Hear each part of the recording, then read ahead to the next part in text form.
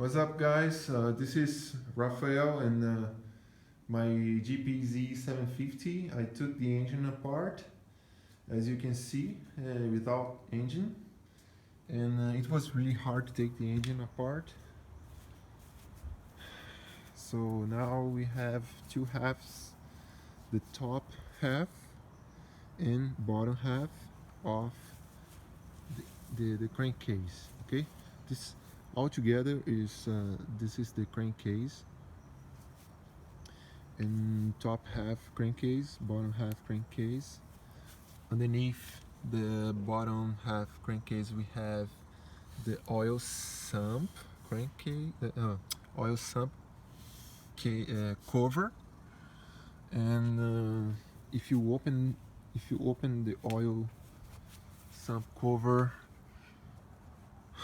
you're gonna see the oil pump and other things.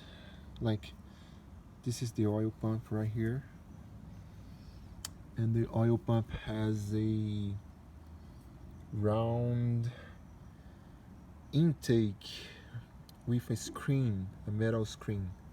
Okay, so it was hard to take this engine apart because there is not a lot of information in the internet. I found a lot of stuff about 900s and 1100s, but not to 750. Even for the 750 turbo, I didn't find that much, not regarding splitting the engine. Okay, so I took the engine apart, and the engine was on the frame. I wasn't able to lift the engine by myself, just taking the mount off, because the engine was really heavy. So I took the valve, the valve part. I forgot the name. Shit. So, and then I took the cylinders off and pistons, and then I took the covers, like clutch cover, magneto cover, and the splitters, I don't know, the spark makers, whatever, the thing that generates the spark. Okay, I took the covers off because the covers, they hold the parts together as well. Okay, so first of all, you have to do that. Then I drained the oil. I took the oil sump cover off, and we have three bolts right here that goes inside the heads. The heads of the bolts go it's inside of the oil sump stuff, and you have to take it off the oil sump to get access to those three bolts here. Okay, and those three bolts, they hold the crankcase together, and they are part of the crankshaft assembly. They hold the journals bearings together. Okay, and then you have 1, 2, 3, 4, 8 bolts. 1, 2, 3, 4, 5, 6, 7, 8, 9, 10 bolts that are part of the crankshaft assembly, and they hold the crankcase together as well. And then you go for the edges, the edges of the crankcase, and you have several bolts. I don't know, I'm not gonna count that, but you have lots of bolts here on the edges. And there is one bolt right here. Actually, those three bolts right here, they are very well hidden. You have to pay attention to that, and this one is specifically because it's almost impossible to notice. Okay, because it's very well hidden for and it's like the center stand is on the way. Okay, the center stand, it's if you wanna do this kind of job, like disassembling the engine with the engine on the frame, you have to pay attention to this bolt because it's very like the center stand is on the way. You cannot take it off this bolt with the engine on the frame. So what I did was I took the most pieces and parts apart, the most I could get off, and then the engine was lighter, to move. So I moved for a table. I put the engine on a table,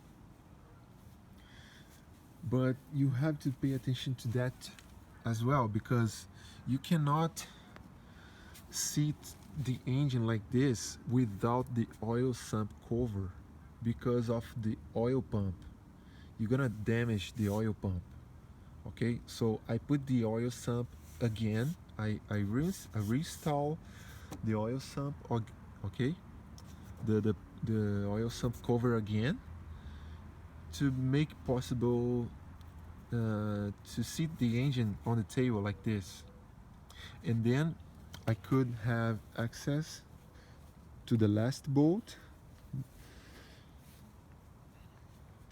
and then I was like tapping with my nylon hammer all around, tapping, and making the gap between the crankcase halves. The gap was getting bigger and bigger, and I was using a wood block as well, and tapping until I have the halves separated. Okay, so you have to be patient, and you have to pay attention what you are doing. And if you look here, right here, there is a gap here, right here. You see this? I can put my finger here. I think they did this gap on purpose, on purpose, because you can put a kind of splitter here and force this part of the engine to come apart. Okay, you can put a splitter or two screwdrivers or whatever to open this. Okay, to force to create a gap between the halves, and then you can separate the halves. Okay, and around the engine you're gonna notice some gaps like this. You see, around the crankcase you're gonna notice gaps like this. You can put not a screwdriver, but maybe a plastic spatula or a scraper. Always use plastic or wood. Okay, never use metal stuff or steel, iron, doesn't matter. Never use anything like that because the engine is all aluminum. You're gonna damage the gasket surface, the interface for the gaskets.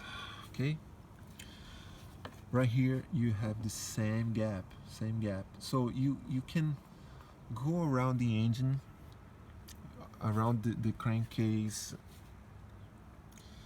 and you see gaps like that. You can use to pry the two halves apart. Okay, really gentle, be gentle, and be patient, and you're gonna be successful. Okay, and that's it for today. I hope you enjoy. Leave comments, suggestions, whatever you want to say, and that's it. I'm gonna do more videos about, and we will see on the next video.